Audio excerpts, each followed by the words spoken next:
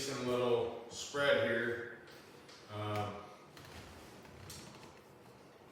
Doesn't look too bad of a break. Going to be kind of hard to get out of probably. I was looking to see if the 2, 3, 4 were lined up to this hole, but they're not.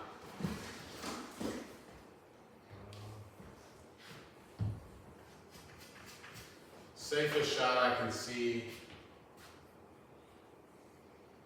is just kind of coming off the 15, a little bit hard, let's say. Just kind of banking it straight into this. I don't have to hit it super hard. I can't see the full 15, so I don't want my cue ball to kind of take off. So I'm just going to kind of hit it with a little bit of follow.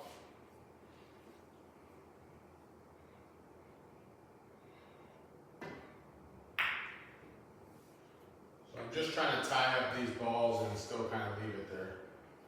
Now, return here, a couple different options.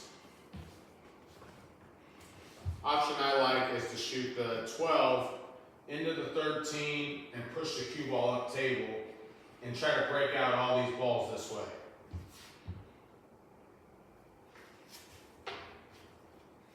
But I want to make sure I hit the 13 because that's the only threat right now. Alright, so we got the balls opened up there. Now as a return,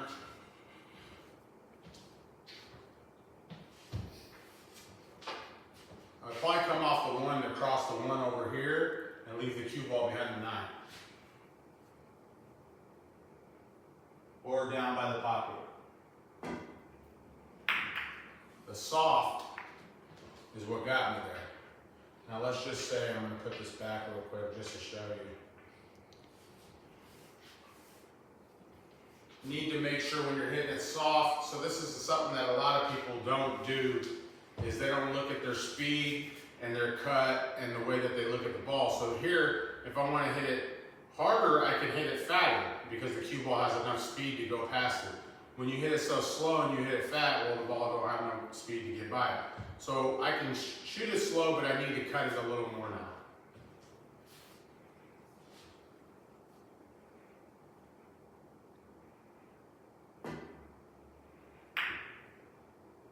So I couldn't really hit it no harder than that without losing the cue ball. So that's why I chose to elect to just move it enough to where it's getting away from giving up a bank straight back towards their hole.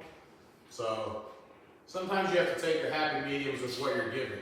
You're just trying to play the safest route and still have a good cue ball. So that's the main part of the game when you're playing one pocket, is you've got to make sure that you're paying attention to where your object balls lay, where the cue balls react.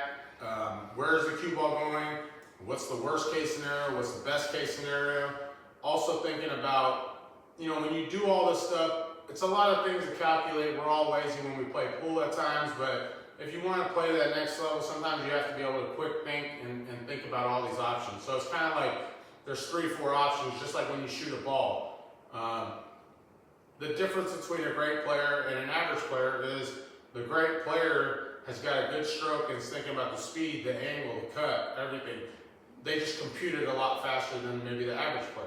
So for the average player, it's all about being able to put it together though too.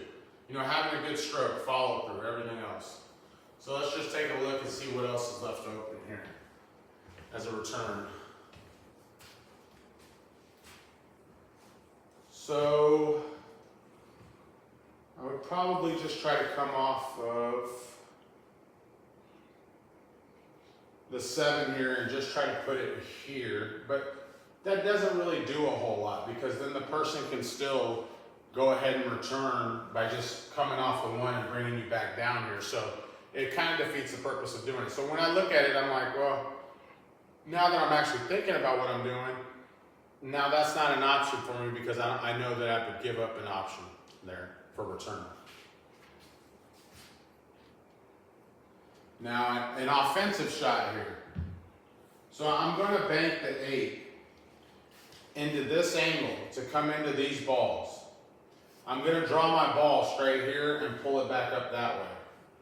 So I'm using an offensive shot here. This is a little bit more aggressive, and knowing what you're doing and how hard it is to do.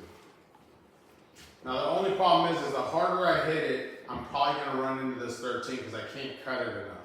But if I hit it kind of slow and just worry about that. Now the other option also could be, maybe I don't cut it as far as this, and I don't get that option because I don't have that angle.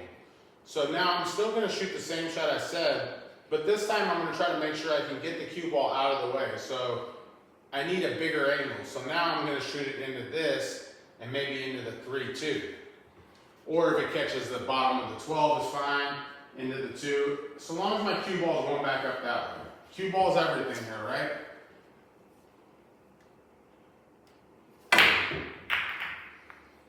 So there's nothing wrong with that, right? I don't mind being left this after my shot.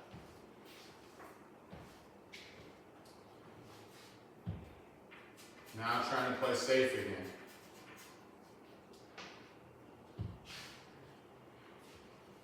You have to really think about which way all these balls are going to move, how you're going to do it, how you're going to create that angle.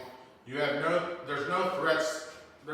So if this is my pocket over here, I have nothing that's threatening my opponent from being able to keep shooting at their hole, which I don't like that, and nobody would, right? So you have to really think about where you're going to leave something. So now here, I'm going to use a high inside ball. The 1 is probably going to hit this 8. I'm just hoping to get the cue ball to run through and get down there.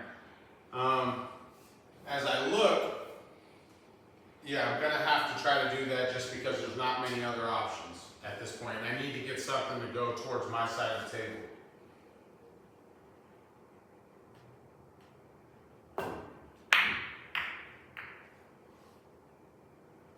Not the best outcome, not horrible either. But had I hit it any harder, the 1 might have hit the top side of the 8. So if it did, it would have cut into the 11-13. I might have still been able to get there, but now I'm going to start opening balls. Here, obviously, your opponent's going to just go ahead and bank the 5 into these balls. At least that's what I would do. And the reason being is because these 2 balls are tied up and they're clogging up my hole on this side. So now I need to make sure I open these. So I'm going to put a little bit more emphasis on shooting the 5 into the 8-9 hard. I'm not going to shoot it soft because I want to make sure they open up. I don't want to tie up no more balls to my side. And I don't really mind if my cue ball goes all the way up here or if it only goes here. But I got to make sure I hit enough of this ball.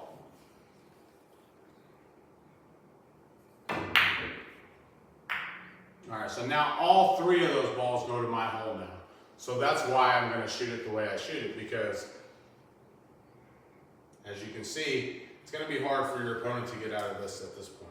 They have to take a foul, they have to figure out. I'm going to go and take a look though again and see where we're at on this side now. Now this is where it gets down to the nitty gritty, because you have to really think about where all these balls are going or what you're going to do or how you can change this game to favor you.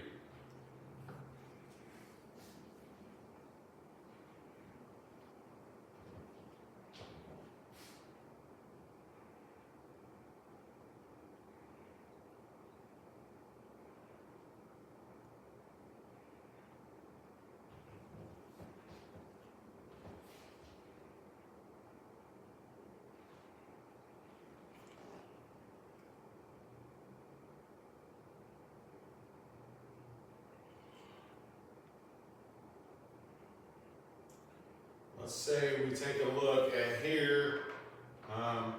Not too many good options, honestly. And I mean, yeah, you could take a foul, and that's probably not a bad move in this spot, to tell you the truth. So if I was to take a foul, I'd probably just, even taking a foul is hard sometimes, just getting the right push on it. Now, I left it kind of there. Now, my opponent, I didn't really get him wedged up. So when you don't leave your opponent wedged up, you're leaving them a lot of options. So guess what my option is now? Now I'm going to shoot the 3, since that's my hole. I'm going to shoot the 3-1 into the 14-13. I just want to get a push on all these balls to be opened up that way. And I'm going to leave the cue ball right here on the backside of this 4. That one tied up is the only bad part. Now, the bad part of this is you do leave the kick to the bottom side of the 5. So this is their way out now. All right. Now my opponent was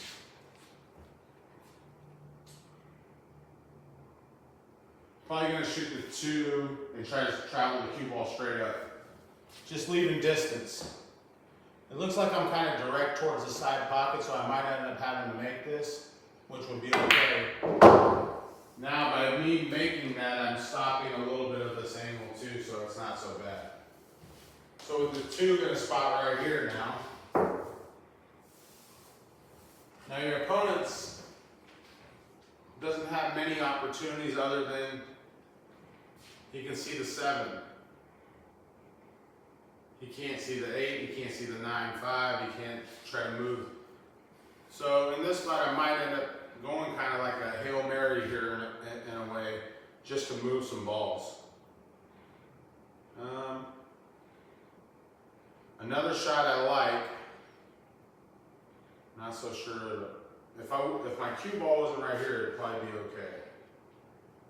But I was thinking, if I could somehow hit the 12 into the side of the 9, clears the 5 ball bank up this way, 9 shoots over that way, but the problem is the 14 being here, because these 3 balls are tied up, so I was thinking that was going to be good. That was just my thought process, just giving you other options, that just in case that situation was where the cue ball was right up here or something.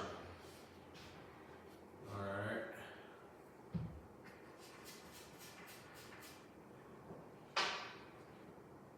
The only other shot I see here is shooting with a high right, coming in kind of full on the 7. Now when it clips the 13, it's going to push it into that rail and kind of go 2 rails. Only difference is going to be figuring out how this cue ball is going to react off the 13.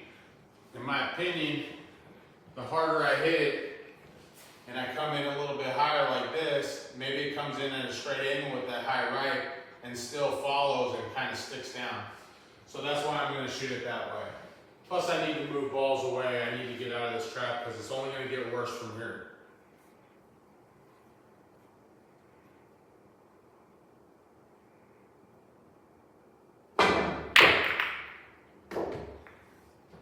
Yeah, that was a tough situation to get out of, but as you see, there wasn't many options other than you could prolong the game, but there's so many balls that he had wired to his hole. There wasn't really like nooks and crannies to sit there and try to play, play foul game with him on that spot. If you like the content you're finding right now, then follow us on all the social media websites there is out there. Thanks for the love and support, and hope to see what you guys' feedback is. Give it to us in the comments. We'll reply as soon as we can. Thanks.